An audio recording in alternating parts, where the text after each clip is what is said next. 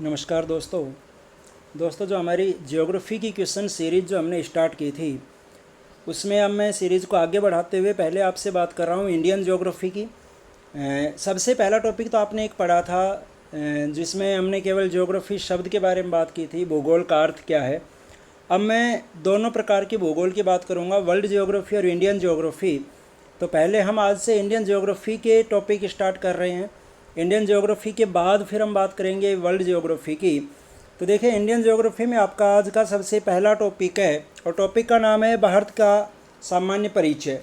भारत की स्थिति, भारत का विस्तार, भारत की सीमा, इस प्रकार से भारत के केवल सामान्य परिचय की मैं आज आपसे बात कर रहा हूँ। तो चलिए देर ना करते हुए प्रश्न शुरू करते हैं। सबसे पहला प्रश्न आपके सामने देखिए, पहला प्रश्न है कि प्राचीन भौगोलिक मान्यता के अनुसार भारतवर्ष किस द्वीप का अंग था। प्राचीन मान्यताओं के अनुसार भारत किस द्वीप का अंग था, और इसके लिए आपका सही आंसर है जम्बू द्वीप। भारत जम्बू द्वीप का अंग हुआ करता था। अगला प्रश्न है भारत की मुख्य भूमि की दक्षिणी सीमा है। तो भारत की मुख्य भूमि की अगर हम बात करें तो देखिए, भारत की मुख्य भूमि की दक्षिणी सीमा शुरू होती है 8 डिग्री 4 मिनट उत्तरी अक्षांश से। और अगर हमें भारत की दक्षिणी सीमा की अगर हम बात करें तो भारत की दक्षिणी सीमा प्रारंभ होती है 6 डिग्री 4 मिनट उत्तरी अक्षांश से। क्योंकि अगर आप देखेंगे, देखिए इस प्रकार से भारत का जो आपका दक्षिणी विस्तार है, यहाँ पर इस प्रकार से ये अंडमान द्वीप समूह आ जाता है। तो यहाँ की अगर मैं बात करूँ, भारत की सीमा तो यहाँ तक है। तो ये तो शुरू होता है दोस्तों 6 डिग्री 4 मिनट से। लेकिन अगर हम मुख्य भूमि की बात करें तो मुख्य भूमि भारत की ये वाली जो मुख्य भूमि है ये यहाँ से शुरू होती है दोस्तों 8 डिग्री 4 मिनट से। तो इसने पूछा कि भारत की मुख्य भूमि की दक्षिणी सीमा, तो मुख्य भूमि की दक्षिणी सीमा 8 डिग्री 4 मिनट उत्तरी अक्षांश आपका आंसर हो जाएगा। चलिए थर्ड क्वेश्चन देखें। भारत की भौगोलिक स्थिति के संबंध में निम्न में से कौन सा कथन सही है। कौन सा कथन सही है। यह विषुवत रेखा के उत्तर में स्थित है, बिल्कुल सही बात है। भूमध्य रेखा के उत्तर में है भारत। यह 8 डिग्री 4 मिनट उत्तर से 36 डिग्री 6 मिनट उत्तरी अक्षांश के बीच स्थित है, ये कथन भी बिल्कुल सही है। यह 68 डिग्री 7 मिनट पूर्वी से 97 डिग्री 25 मिनट पूर्वी देशांतर के बीच स्थित है, ये भी बिल्कुल सही है। अक्षांशीय विस्तार और देशांतरीय विस्तार आपको याद होना बहुत ज़रूरी है। और जब तीनों ही कथन सही हैं तो आपका आंसर हो जाएगा उपयुक्त सभी सही है। अगला प्रश्न देखें, भारत और पाकिस्तान के बीच सीमा का निर्धारण किसने किया। तो देखिए, भारत पाकिस्तान के बीच सीमा का निर्धारण किया था सर रेडक्लिफ ने। अब यहाँ पर क्वेश्चन को थोड़ा सा कन्फ्यूजन पैदा किया गया। क्वेश्चन में रेडक्लिफ 2 में डाल दिया गया, एक में डाला सर सिरिल जॉन रेडक्लिफ, एक में डाला सर स्टेफोर्ड रेडक्लिफ। तो आपको पूरा नाम याद होना ज़रूरी है। इसका जो निर्धारण किया गया था वो किया गया था सर सिरिल रेडक्लिफ के द्वारा 17 अगस्त 1947। 15 अगस्त 1947 को भारत आज़ाद हुआ। 17 अगस्त 1947 के दिन सर सिरिल रेडक्लिफ के द्वारा भारत और पाकिस्तान के बीच सीमा का निर्धारण किया गया। अगला 5वां प्रश्न देखें दोस्तों, पाकिस्तान की सीमाओं से लगे हुए भारतीय राज्य कौन कौन से हैं। तो देखिए, पाकिस्तान की सीमा से भारत के 4 राज्य लगते हैं, गुजरात, राजस्थान, पंजाब और साथ में जम्मू कश्मीर। तो आपका जो सही आंसर हो जाएगा वो हो जाएगा गुजरात, जम्मू कश्मीर, पंजाब और राजस्थान। सेकंड ऑप्शन मैंने इनको बोला था बाई सीक्वेंस, दक्षिण से उत्तर के क्रम में। दक्षिण में सबसे पहले गुजरात है, फिर आप उत्तर की तरफ बढ़ते हुए जाएंगे तो राजस्थान आ जाएगा, पंजाब आ जाएगा, जम्मू कश्मीर आ जाएगा। तो 4 राज्य हैं, गुजरात, जम्मू कश्मीर, पंजाब और राजस्थान। चौथा प्रश्न है, किस भारतीय राज्य की सीमा सर्वाधिक राज्यों की सीमा को स्पर्श करती है। कौन सा भारतीय राज्य ऐसा है जिसका बॉर्डर सबसे अधिक राज्यों से लगता है, और वो राज्य है दोस्तों यूपी। यूपी का जो बॉर्डर है वो सबसे अधिक राज्यों से लगता है, यानी भारत के सभी राज्यों में यूपी जो है वो सबसे अधिक इंटरस्टेट बॉर्डर बनाने वाला राज्य है। अगला प्रश्न देखें 7वां, डूरंड लाइन, डूरंड रेखा किन 2 देशों के बीच की सीमा रेखा है। तो दोस्तों, जो डूरंड रेखा है वो पहले 1894 में 1894 में डूरंड रेखा निर्धारित की गई थी। उस समय ये भारत और अफगानिस्तान के बीच हुआ करती। मैं 1894 की बात कर रहा हूँ। फिर आगे चलकर 1947 में भारत आज़ाद हुआ। भारत आज़ाद हुआ तो पाकिस्तान नामक एक नया देश बना, तो ये रेखा लगने लग गई पाकिस्तान और अफगानिस्तान के बीच। यानी वर्तमान में जो डूरंड लाइन है वो पाकिस्तान और अफगानिस्तान के बीच है, और इसका कुछ थोड़ा सा एक हिस्सा भारत के साथ भी लगता है, यानी थोड़ा सा हिस्सा भारत और अफगानिस्तान के बीच भी लगता है, लेकिन मुख्य रूप से पाकिस्तान और अफगानिस्तान के बीच है। अगला 8वां प्रश्न देखें, भारत का उत्तर दक्षिण विस्तार किलोमीटर में कितना है। उत्तर से दक्षिण तक भारत का विस्तार कितना है? तो उत्तर से दक्षिण तक विस्तार की अगर हम बात करें तो 3214 किलोमीटर भारत का विस्तार आता है। और अगर हम बात करें पूर्व से पश्चिम, तो पूर्व से पश्चिम यानी इस प्रकार से ये जो पूर्व से पश्चिम ये वाला जो विस्तार है भारत का, ये आता है दोस्तों 2933 किलोमीटर। और इस प्रकार से अगर हम बात करें ये वाला विस्तार, तो दोस्तों ये वाला आता है 3214 किलोमीटर। तो आपका सही आंसर हो जाएगा 3214 किलोमीटर। नेक्स्ट क्वेश्चन है, रेड क्लिफ लाइन किन दो देशों के बीच की सीमा रेखा है? तो ये तो आपको पता भी होगा कि रेड क्लिफ लाइन है वो वर्तमान में भारत और पाकिस्तान के बीच की सीमा रेखा है। अगला 10वां प्रश्न देखें, देशों के निम्नलिखित समूह में से किसके साथ अरुणाचल प्रदेश की साझी सीमाएं हैं? यानी कौन कौन से देशों के साथ अरुणाचल प्रदेश बॉर्डर बनाता है, ये आपको बताना है। तो देखिए अरुणाचल प्रदेश 3 देशों के साथ बॉर्डर बनाता है। ये 3 देशों के साथ बॉर्डर बनाएगा, भूटान, बांग्लादेश और म्यांमार के साथ। तो आपका सही आंसर हो जाएगा ऑप्शन डी, भूटान, बांग्लादेश और म्यांमार। 11वां प्रश्न है, निम्न में से किस देश के साथ भारत की अंतर्राष्ट्रीय सीमा नहीं लगती? कौन से देश के साथ भारत की अंतर्राष्ट्रीय सीमा नहीं लगती? कौन से देश के साथ भारत इंटरनेशनल बॉर्डर नहीं बनाता? तो देखिए इंटरनेशनल बॉर्डर पाकिस्तान के साथ भी बनता है, बांग्लादेश के साथ भी बनता है, भूटान के साथ भी बनता है, लेकिन श्रीलंका के साथ भारत का इंटरनेशनल बॉर्डर नहीं बनता, स्थलीय सीमा नहीं बनती, जलीय सीमा बनती है। तो आपका सही आंसर हो जाएगा श्रीलंका, जिसके साथ भारत सीमा नहीं बनाता है। अगला प्रश्न देखिए, सरक्रिक कहाँ स्थित है? ये जो सरक्रिक अखाड़ी है ये कहाँ स्थित है? तो ये देखिए गुजरात के साथ है, गुजरात के पास है, भारत पाकिस्तान की सीमा पर है, जिसमें सरक्रिक विवाद भी चल रहा है भारत और पाकिस्तान के बीच, इससे संबंधित विवाद है ये। तो ये गुजरात के साथ लगी, भारत पाकिस्तान दोनों की सीमाओं पर है। अगला प्रश्न देखें दोस्तों, 13वां प्रश्न, भारत एवं चीन के बीच सीमा निर्धारित करने वाली मैकमोहन रेखा किस प्रदेश की उत्तरी सीमा पर खींची गई है? जो मैकमोहन रेखा है वो कौन से प्रदेश की, कौन से राज्य की उत्तरी सीमा पर है? तो ये दोस्तों अरुणाचल प्रदेश की उत्तरी सीमा पर लगती है। आप देखेंगे जम्मू कश्मीर तो साइड में रह जाता है, यूपी जो है वो मिड में रह जाता है, हिमाचल प्रदेश है वो भी साइड में रह जाता है। तो अरुणाचल प्रदेश की उत्तरी सीमा पर है ये लाइन। अगला प्रश्न है, भारत के किस राज्य की सीमा नेपाल, भूटान और चीन 3 देशों से मिलती है? तो देखिए सिक्किम एक भारत का एक ऐसा राज्य है जिसकी सीमा नेपाल से भी लगती है, भूटान से भी लगती है, चीन से भी लगती है। तो आपका आंसर हो जाएगा सिक्किम। अगला 15वां प्रश्न देखें, क्षेत्रफल के क्रम में भारत के 3 बड़े राज्य कौन से हैं? क्षेत्रफल की दृष्टि से भारत के 3 बड़े स्टेट कौन से हैं? तो ये तो आपको पता है कि क्षेत्रफल की दृष्टि से भारत का सबसे बड़ा राज्य है राजस्थान। अगर आपको तीनों का सीक्वेंस भी नहीं पता, एक भी अगर आपको याद है कि सबसे बड़ा राज्य राजस्थान है, तो वहीं से देखिए इस ऑप्शन में आपका प्रश्न सॉल्व हो रहा है। सबसे बड़ा राज्य राजस्थान, राजस्थान के बाद एमपी और एमपी के बाद महाराष्ट्र, यानी राजस्थान, मध्य प्रदेश और महाराष्ट्र, ये आपका सही आंसर है। अगला प्रश्न देखें, भारत किस गोलार्ध में स्थित है? तो गोलार्ध की अगर हम बात करें तो देखिए दोनों चीज़ों की अगर मैं बात करूं, अक्षांश और देशांतर, तो अक्षांशों की अगर हम बात करें तो भारत उत्तरी अक्षांश में पड़ता है, देशांतरों की बात करें तो भारत पूर्वी देशांतर में पड़ता है। तो हम गोलार्ध की अगर हम बात करें तो गोलार्ध आ जाएगा उत्तरी और पूर्वी गोलार्ध, यानी सही आंसर हो गया उत्तरी पूर्वी गोलार्ध में भारत स्थित है। 17वां प्रश्न देखें, निम्न में से वह राज्य क्षेत्र कौन सा है जिसकी सीमा मिजोरम से नहीं लगी हुई है? कौन सा क्षेत्र ऐसा है जिसकी सीमा मिजोरम से नहीं लगती? देखिए इसमें नागालैंड की भी लगती है, असम की भी लगती है, त्रिपुरा की भी लगती है, लेकिन म्यांमार की सीमा मिजोरम से नहीं लगती है। तो आपका सही आंसर हो जाएगा म्यांमार। अगला 18वां प्रश्न देखें, निम्न में से वह क्षेत्र कौन सा है जिसकी सीमा अरुणाचल प्रदेश से नहीं लगती है? कौन से क्षेत्र की सीमा अरुणाचल प्रदेश से नहीं लगती? असम, नागालैंड, भूटान या फिर मणिपुर? अब देखिए इसमें असम की सीमा लगती है अरुणाचल प्रदेश से, भूटान की भी लगती है, मणिपुर की भी लगती है, लेकिन नागालैंड की सीमा अरुणाचल प्रदेश से नहीं लगती। तो आपका सही आंसर होगा नागालैंड। चलिए अगला 19वां प्रश्न देखें, इनमें से कौन से कथन सही हैं ये आपको बताना है। असम की सीमा बांग्लादेश और भूटान से मिली हुई है, बिल्कुल सही बात है। पश्चिम बंगाल की सीमा भूटान और नेपाल से मिली हुई है, ये भी बिल्कुल सही है। और मिजोरम की सीमा बांग्लादेश और म्यांमार से मिली हुई है, ये भी बिल्कुल सही है, यानी तीनों कथन सही हैं। तो सही आंसर हो जाएगा फर्स्ट ऑप्शन 1, 2 और 3, तीनों ही कथन इसमें सही है। अगला 20वां प्रश्न देखें, भारतीय मानक समय आधारित है। भारत का जो मानक समय है वो मानक समय किस पर आधारित है? तो देखिए भारत का समय लिया जाता है 82.5 डिग्री पूर्वी देशांतर से।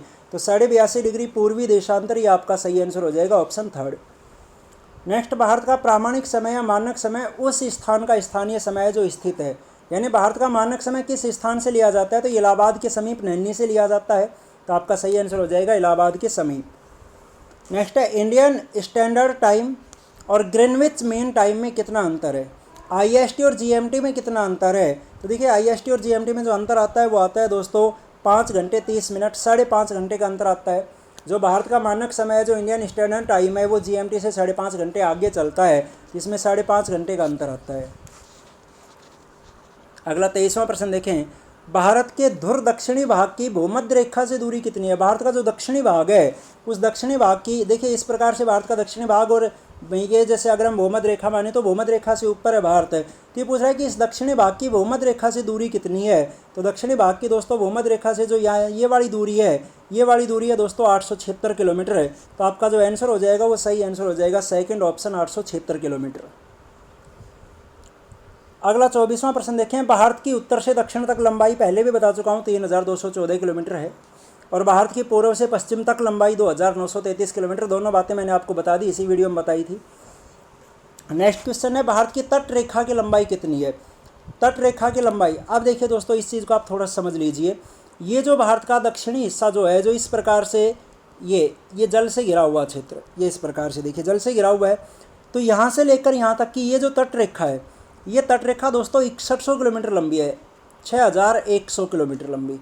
लेकिन अगर इस तट रेखा में हम भारत के इधर लक्षद्वीप समूह और इधर अंडमान निकोबार द्वीप समूह, अगर दोनों द्वीप समूह को भी, अब ये वाली जो सीमा है देखिए लक्षद्वीप के और अंडमान निकोबार की, तो ये भी तो जल से घिरी हुई है, ये भी जलीय सीमा में काउंट होगी।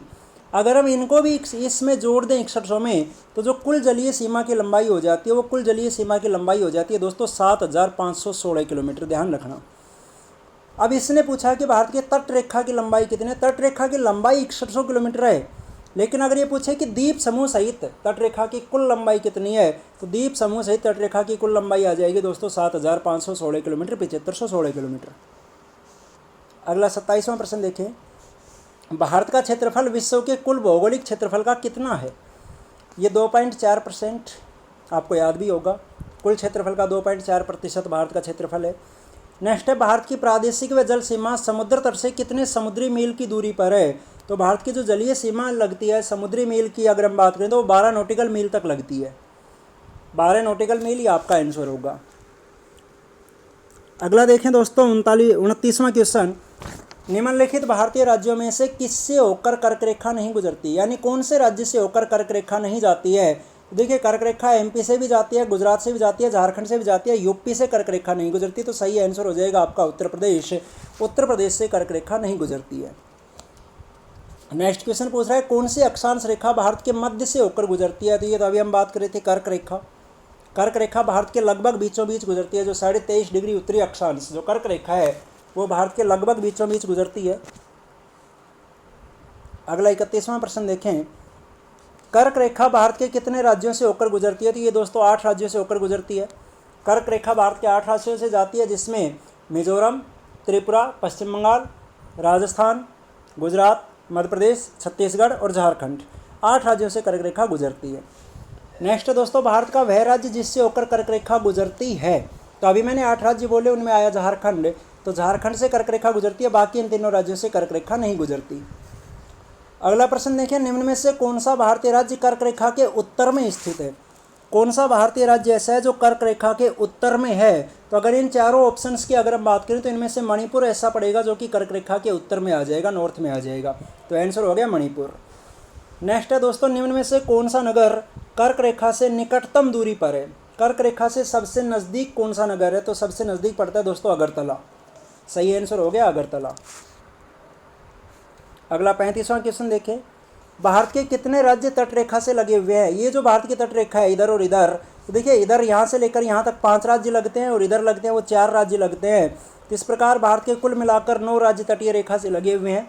इधर गुजरात से शुरू हो जाती है। तो अगर हम बात करें, देखिए गुजरात के बाद महाराष्ट्र है, कर्नाटक है, गोवा है, केरल है, 5 राज्य इधर आ जाते हैं। इधर तमिलनाडु के बाद लग जाएगा जैसे कि इधर आंध्र प्रदेश, फिर उड़ीसा, फिर पश्चिम बंगाल। तो 4 राज्य इधर लग जाते हैं। कुल मिलाकर भारत के जो 9 राज्य हैं वो तट रेखा से लगे हुए हैं। तो सही आंसर हो गया सी ऑप्शन। अगला 36वां देखिए, निम्नलिखित कथनों पर विचार कीजिए। असम भूटान और बांग्लादेश की सीमाओं से लगा हुआ है। बिल्कुल सही है, असम भूटान और बांग्लादेश दोनों की सीमाओं से लगता है। देखिए IAS लेवल की क्वेश्चन है। पश्चिम बंगाल भूटान तथा नेपाल की सीमाओं से लगा हुआ है, ये कथन भी बिल्कुल सही है। मिजोरम बांग्लादेश और म्यांमार की सीमाओं से लगा हुआ है, ये कथन भी बिल्कुल सही है। अब इसने कहा कि कौन से कथन सही हैं, तो दोस्तों तीनों ही सही हैं, पहला, दूसरा और तीसरा तीनों कथन सही हैं। अगला 37वां क्वेश्चन देखें, भारत की प्रादेशिक जल सीमा फैली हुई है।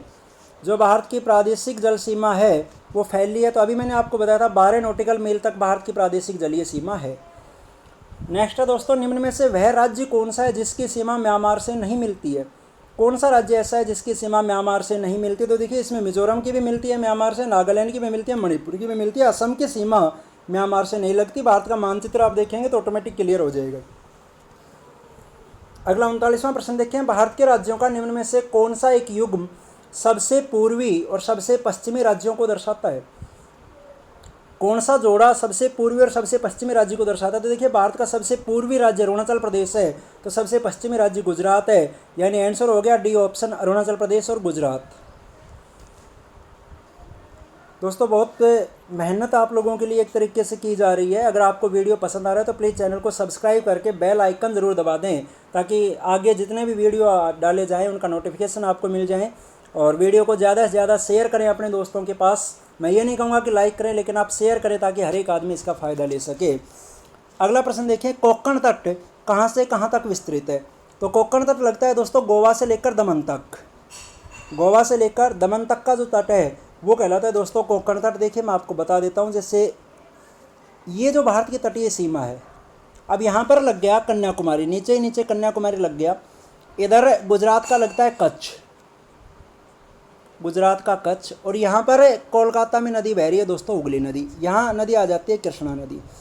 अब देखिए ये इधर वाला, ये वाला जो हिस्सा है ये कहलाएगा दोस्तों पूर्वी तट, ये वाला हिस्सा कहलाएगा पश्चिमी तट।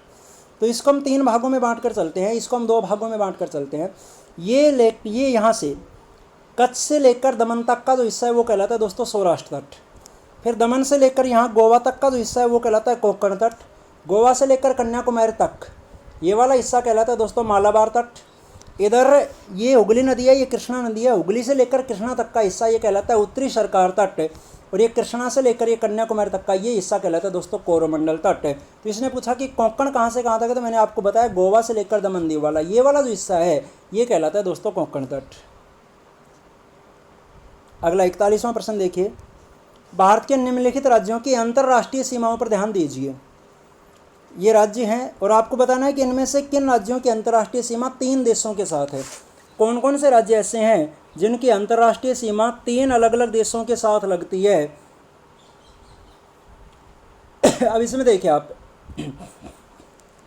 अरुणाचल प्रदेश बिल्कुल 3 देशों के साथ लगता है, सिक्किम है ये भी 3 देशों के साथ लगता है, पश्चिम बंगाल की सीमा 3 देशों के साथ नहीं लगती दोस्तों, त्रिपुरा की सीमा ये भी 3 देशों के साथ लग जाती है, और जम्मू कश्मीर की अगर हम बात करें तो जम्मू कश्मीर की सीमा भी दोस्तों 3 के साथ ही लगती है। एक सेकंड दोस्तों, भारत की किन राज्यों की अंतर्राष्ट्रीय सीमा 3 देशों के मध्य है। कौन कौन से राज्य ऐसे हैं जिनकी अंतर्राष्ट्रीय सीमा 3 देशों के मध्य है, ये आपको बताना है। तो इसमें अगर हम देखें, थोड़ा ध्यान से देखें, थोड़ा सा कन्फ्यूजन हो गया इसमें दोस्तों। अरुणाचल प्रदेश की 3 देशों से लगती है, सिक्किम की भी 3 देशों से लगती है, पश्चिम बंगाल की भी लगती है, त्रिपुरा की नहीं लगती दोस्तों, और जम्मू कश्मीर की भी लग जाती है। जम्मू कश्मीर की पाकिस्तान से लग जाती है, अफगानिस्तान से लग जाती है, चीन से लग जाती है। तो इसका आंसर बन जाएगा 1, 2, 3 और 5, यानी ये ऑप्शन इसका आंसर बनेगा। अगला प्रश्न देखें, निम्न में से किस भारतीय राज्य की सीमाएं भूटान के साथ नहीं मिलती हैं। कौन सा भारतीय राज्य ऐसा है जिसकी सीमाएं भूटान के साथ नहीं मिलती, तो इसका दोस्तों जो सही आंसर हो जाएगा मेघालय की सीमा भूटान के साथ नहीं लगती। अगला 43वां प्रश्न देखें, क्षेत्रफल की दृष्टि से निम्न देशों का सही आरोही क्रम कौन सा है। क्षेत्रफल की दृष्टि से इनका सही आरोही यानी बढ़ता हुआ क्रम, असेंडिंग ऑर्डर में आपको बताना है। तो क्षेत्रफल की दृष्टि से देखिए ऑस्ट्रेलिया, फिर ब्राज़ील, फिर भारत और फिर अर्जेंटीना, ये इनका बिल्कुल सही क्रम है। अगला, निम्नलिखित देशांतरों में से कौन सा भारत की प्रामाणिक मध्याह्न रेखा कहलाता है, यानी कौन सा भारत की मानक समय रेखा है। सीधा सा आपको ये बता दूं तो भारत की मानक समय रेखा है 82.5 डिग्री पूर्वी देशांतर। तो सही आंसर हो गया डी ऑप्शन। अगला प्रश्न देखें दोस्तों, रेडक्लिफ समिति किस लिए नियुक्त की गई थी। जो रेडक्लिफ समिति थी वो किस लिए नियुक्त की गई थी, तो या तो आपको पता होगा भारत और पाकिस्तान के बीच सीमाओं का निर्धारण करने के लिए। अगले निम्न में से कौन भारत के राज्यों का उनके क्षेत्रफल के अवरोही क्रम में सही क्रम है? भारत के राज्यों का उनके क्षेत्रफल के अनुसार अवरोही यानी घटता हुआ क्रम यहाँ पर आपको बताना है। तो घटते हुए क्रम की अगर हम बात करें तो देखिए इसमें आ जाएगा घटते हुए क्रम में दोस्तों, इन चारों राज्यों की बात करें तो छत्तीसगढ़, फिर झारखंड, फिर हिमाचल प्रदेश, फिर उत्तराखंड। ये सही आंसर बना आपका सी ऑप्शन। अगला प्रश्न देखें 47वां प्रश्न, उपग्रह सर्वेक्षण से एकत्रित आंकड़ों के अनुसार भारत के क्षेत्रफल का कितना प्रतिशत वनों से ढका हुआ है? तो भारत के क्षेत्रफल का 19% दोस्तों वनाच्छादित है। सही आंसर हो गया 19%। 48वें, भारत के किस राज्य की सीमा नेपाल, भूटान और चीन 3 देशों से मिलती है? कौन सा राज्य ऐसा है जिसकी सीमा नेपाल, भूटान और चीन तीनों देशों से मिलती है? तो इसका दोस्तों जो आपका सही आंसर हो जाएगा, ये आपको पता भी होगा, सिक्किम की सीमा तीनों देशों से मिलती है। अगला 49वां क्वेश्चन है, कौन सा देश भारत के साथ सबसे लंबी स्थलीय सीमा साझा करता है? कौन सा देश है जो भारत के साथ सबसे लंबी स्थलीय सीमा बनाता है? तो सबसे लंबी जो स्थलीय सीमा बनाता है वो बनाता है दोस्तों बांग्लादेश, सबसे कम बनाता है अफगानिस्तान। आरपीएससी सही डेट 2017 का दोस्तों क्वेश्चन है, इंपॉर्टेंट क्वेश्चन। नेक्स्ट है, निम्न में से कौन सा तेल क्षेत्र भारत के उत्तरी पूर्वी क्षेत्र में स्थित है? इनमें से कौन सा तेल क्षेत्र भारत के उत्तरी पूर्वी की अगर हम बात करें तो उत्तरी पूर्वी में आएगा दोस्तों डिगबोई, जो कि असम में पड़ता है, और असम उत्तरी पूर्वी में पड़ जाएगा, नॉर्थ ईस्ट में पड़ जाएगा। अगला 51वां प्रश्न देखें, भारत के राज्यों का निम्न में से कौन सा एक युग्म सबसे पूर्वी और सबसे पश्चिमी राज्यों को इंगित करता है? सबसे पूर्वी दोस्तों अरुणाचल प्रदेश और पश्चिमी गुजरात। यूपीपीसीएस का क्वेश्चन है दोस्तों 2015 का, अरुणाचल प्रदेश और गुजरात। अगला 52वां प्रश्न देखें, निम्न में से किनमें प्रवाल भित्तियां हैं? इनमें से किनमें प्रवाल भित्तियां हैं? अंडमान और निकोबार द्वीप समूह में बिल्कुल है दोस्तों, कच्छ की खाड़ी में भी हैं, मन्नार की खाड़ी में भी हैं, सुंदरवनों में प्रवाल भित्तियां दोस्तों नहीं है। तो आंसर हो गया फर्स्ट, सेकंड एंड थर्ड, यानी फर्स्ट ऑप्शन 1, 2 और 3। अंडमान निकोबार में, कच्छ की खाड़ी में, मन्नार की खाड़ी में प्रवाल भित्तियां पाई जाती हैं। अगला 53वां क्वेश्चन है दोस्तों, भारत का सबसे अधिक विस्तृत भू आकृतिक प्रदेश कौन सा है? उत्तरी पूर्वत, तटीय मैदान, दक्षिण का पठार या उत्तरी मैदान? तो भारत का सबसे अधिक जो विस्तृत है वो है दोस्तों भारत का मैदानी भाग, यानी उत्तरी मैदान। अगला 54वां प्रश्न देखिए, मणिपुर का अधिकांश धरातल किस प्रकार का है? मणिपुर का अधिकांश धरातल कैसा है? मैदानी, पठारी, दलदली या पर्वतीय? तो मणिपुर का अधिकांश धरातल दोस्तों दलदली है, तो सही आंसर हो गया दलदली। 55वां, कन्याकुमारी से कोलंबो जाने के लिए क्या पार करना पड़ता है? आपको कन्याकुमारी से कोलंबो जाना है, उसके लिए आपको क्या पार करना पड़ेगा? एसएससी 2013 का क्वेश्चन, क्या आपको पार करना पड़ेगा? तो उसके लिए आपको पार करनी पड़ेगी दोस्तों मन्नार की खाड़ी। नेक्स्ट है 56वां क्वेश्चन, निम्न में से भारत के किस राज्य की सबसे लंबी तटरेखा है? तो दोस्तों सबसे लंबी तटरेखा वाला राज्य है गुजरात, और सबसे छोटी तटरेखा पड़ती है वो गोवा की, तो सबसे लंबी आंसर हो गया गुजरात। 57वां क्वेश्चन है दोस्तों, दक्षिण गंगोत्री क्या है? दक्षिण गंगोत्री एक नाम है, क्या है ये? तो देखिए दक्षिण गंगोत्री जो अंटार्कटिका महाद्वीप है, उस अंटार्कटिका महाद्वीप पर स्थित भारत का शोध केंद्र है। वहाँ पर 3 भारत के शोध केंद्र, जिनमें दक्षिण गंगोत्री आता है, भारती आता है और मैत्री आता है। दक्षिण गंगोत्री, भारती और मैत्री, ये तीनों अंटार्कटिका में स्थित भारत के शोध केंद्र है। तो हमने कहा कि दक्षिण गंगोत्री क्या है, तो हम कहेंगे अंटार्कटिका में स्थित स्वचालित स्टेशन है। एसएससी सीजीएल का क्वेश्चन है 2016 का। अगला 58वां क्वेश्चन देखें, भारतीय सीमा से संबंधित निम्नलिखित कथनों पर विचार कीजिए। ग्रेट चैनल भारत के ग्रेट निकोबार द्वीप और इंडोनेशिया के सुमात्रा के मध्य सीमा बनाता है, बिल्कुल सही कथन है दोस्तों। कोको चैनल भारत के उत्तरी अंडमान और म्यांमार के कोको समूह के बीच सीमा बनाता है, ये भी बिल्कुल सही है, दोनों ही कथन सही हैं। तो आंसर हो गया C option, first and second दोनों सही हैं। अगला 59वां क्वेश्चन देखें,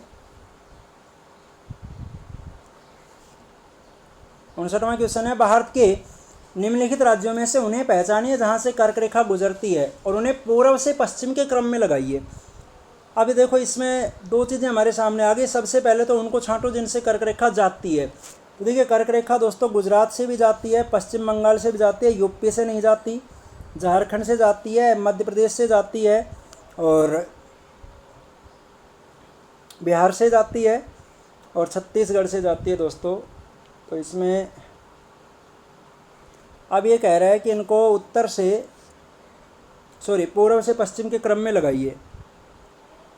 पहले तो हम ये देख लें, देखिए 8 राज्यों से कर्क रेखा गुजरती है, जिनमें आ जाते हैं मिजोरम, त्रिपुरा पश्चिम बंगाल, राजस्थान, गुजरात, मध्य प्रदेश, छत्तीसगढ़, झारखंड। अब इनमें से यहाँ कौन कौन से आ गए वो देख लो। गुजरात आ गया, पश्चिम बंगाल आ गया, झारखंड आ गया, छत्तीसगढ़ आ गया, मध्य प्रदेश आ गया।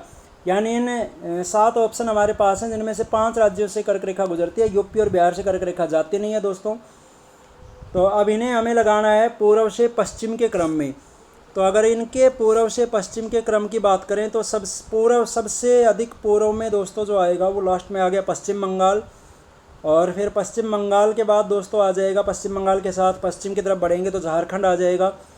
झारखंड के साथ आ जाएगा दोस्तों फिर छत्तीसगढ़, फिर आ जाएगा मध्य प्रदेश, फिर आ जाएगा गुजरात। यानी आपका सही ऑप्शन बन गया सेकंड ऑप्शन। अगला प्रश्न देखें, भारत की मुख्य भूमि का दक्षिणी नोक कौन सा है? भारत की मुख्य भूमि का दक्षिणी नोक कौन सा है? तो अगर मुख्य भूमि की हम बात करें तो देखिए, मुख्य भूमि का दक्षिणी बिंदु है कन्याकुमारी, जिसे हम कहते हैं कैप कैमोरिन। कैप कैमोरिन मुख्य भूमि का दक्षिणी बिंदु है। लेकिन अगर हम सीधे दक्षिणी बिंदु की बात करें तो आ जाएगा इंदिरा पॉइंट। किस प्रकार से मैं बता देता हूँ एक बार देखिए। ये जो भारत की मुख्य भूमि है इसका दक्षिणी बिंदु यहाँ कैप कैमोरिन लगता है। लेकिन अगर अंडमान निकोबार द्वीप समूह की अगर मैं बात करूँ इधर, तो वो लग जाएगा इंदिरा पॉइंट। ये भारत का दक्षिणतम बिंदु है, ये मुख्य भूमि का दक्षिणतम बिंदु है। अगला 61वां क्वेश्चन देखें, भारत के दक्षिण में सबसे दूरस्थ स्थल कौन सा है? अब ये मैंने आपको बताया था इंदिरा पॉइंट, ये आंसर हो जाएगा। भारत के दक्षिण में सबसे दूर स्थित कौन सा बिंदु आ गया, तो वो दोस्तों हो जाएगा आपका answer Indira point. Next question है दोस्तों, भारत का दक्षिणतम स्थान इंदिरा पॉइंट निम्न में से कहाँ स्थित है? दक्षिणतम बिंदु है इंदिरा पॉइंट, वो कहाँ है? तो वो दोस्तों अंडमान निकोबार द्वीप समूह पर। नेक्स्ट है, भारत की मुख्य भूमि को रामेश्वरम द्वीप से अलग कौन करता है? मुख्य भूमि को कौन रामेश्वरम द्वीप से अलग करता है? तो वो दोस्तों पम्बन चैनल है, वो रामेश्वर द्वीप से अलग करता है मुख्य भूमि को। अगला 64वां प्रश्न देखें, आदम का पुल किन 2 देशों के मध्य स्थित है? आदम पुल, जिसे हम राम सेतु भी कहते हैं, भारत और श्रीलंका के बीच में जो आता है। अगला प्रश्न है दोस्तों, निम्न में से कौन सा स्थान भूमध्य रेखा के निकटतम स्थित है? अब देखिए, थोड़ा सा क्वेश्चन को समझने की है बस। ये भूमध्य रेखा है। अब ये कह रहा है कि कौन सा स्थान भूमध्य रेखा के सबसे निकट है। तो सीधी सी बात है, जो भारत का दक्षिण में लास्ट बिंदु होगा वो भूमध्य रेखा के सबसे निकट होगा। और दक्षिण में लास्ट बिंदु अगर ये भारत का अंडमान निकोबार द्वीप समूह है, तो दक्षिण में लास्ट बिंदु ये वाला होगा जो भूमध्य रेखा के सबसे नज़दीक हो जाएगा। तो यहाँ लास्ट बिंदु कौन सा है दोस्तों? इंदिरा पॉइंट। तो भूमध्य रेखा के सबसे निकट कौन सा हो जाएगा? वो हो जाएगा दोस्तों इंदिरा पॉइंट। अगला 66वां प्रश्न है, निम्न में से कौन सा देश भारतीय उपमहाद्वीप के अंतर्गत शामिल नहीं किया जाता? इनमें से कौन सा देश है जो भारतीय उपमहाद्वीप में नहीं आता? तो भारतीय उपमहाद्वीप में पाकिस्तान भी आता है, नेपाल भी आता है, बांग्लादेश भी आता है, श्रीलंका नहीं आता। तो आपका आंसर बनेगा, वो बनेगा श्रीलंका। शामिल नहीं होता वो, श्रीलंका शामिल नहीं होता। अगला देखिए 67वां क्वेश्चन है, निम्न में से किस भारतीय राज्य की समुद्र तटीय सीमा सबसे छोटी है? तो ये आपको मैं पहले बता चुका हूँ, गोवा की सबसे छोटी है, गुजरात की सबसे लंबी है। 68वां, सबसे छोटी स्थलीय सीमा भारत की किस देश के साथ है? अब वैसे तो सबसे छोटी जो स्थलीय सीमा है वो दोस्तों सबसे छोटी अफगानिस्तान के साथ लगती है, लेकिन अफगानिस्तान इसमें ऑप्शन में नहीं है, तो आपका आंसर होगा भूटान।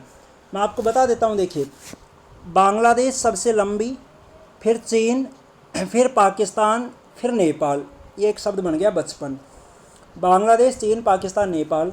आगे मैंने लिख दिया बचपन में से बन गया दोस्तों म्यांमार, और फिर मैंने लिख दिया BA, बचपन में BA किया। अब ये 7 देशों की सीमा हो गई, बाई सीक्वेंस हो गई। देखिए, बांग्लादेश सबसे लंबी सीमा, फिर बांग्लादेश के बाद चीन, पाकिस्तान, नेपाल, म्यांमार, भूटान और अफगानिस्तान। सबसे छोटी सीमा अफगानिस्तान की है। अब इसने कहा कि सबसे छोटी स्थलीय सीमा किस देश के साथ है? जब अफगानिस्तान हमारे सामने ऑप्शन में नहीं है तो दूसरा आ गया, इसके बाद भूटान। तो आपका आंसर हो जाएगा दोस्तों भूटान। अगला 69वां प्रश्न देखें, निम्न में से कौन सा तट पश्चिमी तट का भाग नहीं है? देखिए, काठियावाड़, कोंकण और मालाबार तीनों ही पश्चिमी में आते हैं, जबकि कोरोमंडल आता है ये पूर्वी में आता है। तो आपका सही आंसर होगा कोरोमंडल तट, जो पूर्वी तट में आ जाता है।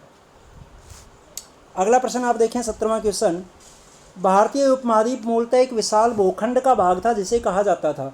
जो भारतीय उपमहाद्वीप है वो किसका भाग था?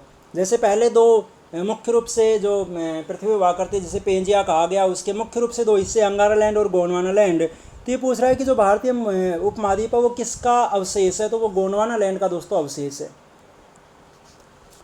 अगला 71वां प्रश्न है, राज्य समूह जिनसे मणिपुर की सीमाएं लगी हुई हैं। अब आपको बताना है कि इनमें से मणिपुर की सीमाएं किस किस से लगी हुई हैं। देखिए, मणिपुर की सीमा नागालैंड, असम और मिजोरम से लगती है। तो सही आंसर हो जाएगा दोस्तों C ऑप्शन। अगला 72वां प्रश्न है, निम्न में से कौन सा राज्य 3 तरफ से बांग्लादेश से घिरा हुआ है? कौन सा राज्य ऐसा है जो 3 तरफ से बांग्लादेश से घिरा हुआ है? बहुत अच्छा तरीका याद करने का, 3 को हम कहते हैं संस्कृत में त्रि, तो त्रि जो है यानी त्रिपुरा, त्रिपुरा 3 तरफ से घिरा हुआ है। अगला 73वां प्रश्न देखें, निम्न में से कौन से भारतीय राज्य में प्रातः काल में सूर्य की किरणें सबसे पहले पड़ती हैं? कौन से भारतीय राज्य में सुबह सूर्य की किरणें सबसे पहले पड़ती हैं, ये आपको बताना है। तो जो सबसे पूर्व में होगा वहाँ सबसे पहले किरणें पड़ेंगी, क्योंकि सूर्योदय पूर्व में होता है, तो आंसर हो जाएगा अरुणाचल प्रदेश। भारत का सबसे पूर्वी राज्य अरुणाचल प्रदेश। अगला 74वां प्रश्न देखें दोस्तों, भारत का सबसे अधिक विस्तृत भूआकृतिक प्रदेश कौन सा है? सबसे अधिक विस्तार में फैला हुआ भारत का भूआकृतिक प्रदेश कौन सा है? ये पहले भी प्रश्न में बता चुका हूँ, उत्तरी मैदान भारत का सबसे बड़ा आकृतिक प्रदेश है। नेक्स्ट है, तमिलनाडु व आंध्र प्रदेश के तट का नाम क्या है? तो ये अभी मैंने आपको बताया था, कोरोमंडल तट, जो भारत के पूर्वी हिस्से में लगता है। नेक्स्ट है, भारत प्रमुखतः एक उष्ण कटिबंधीय देश कहलाता है, किन कारणों से?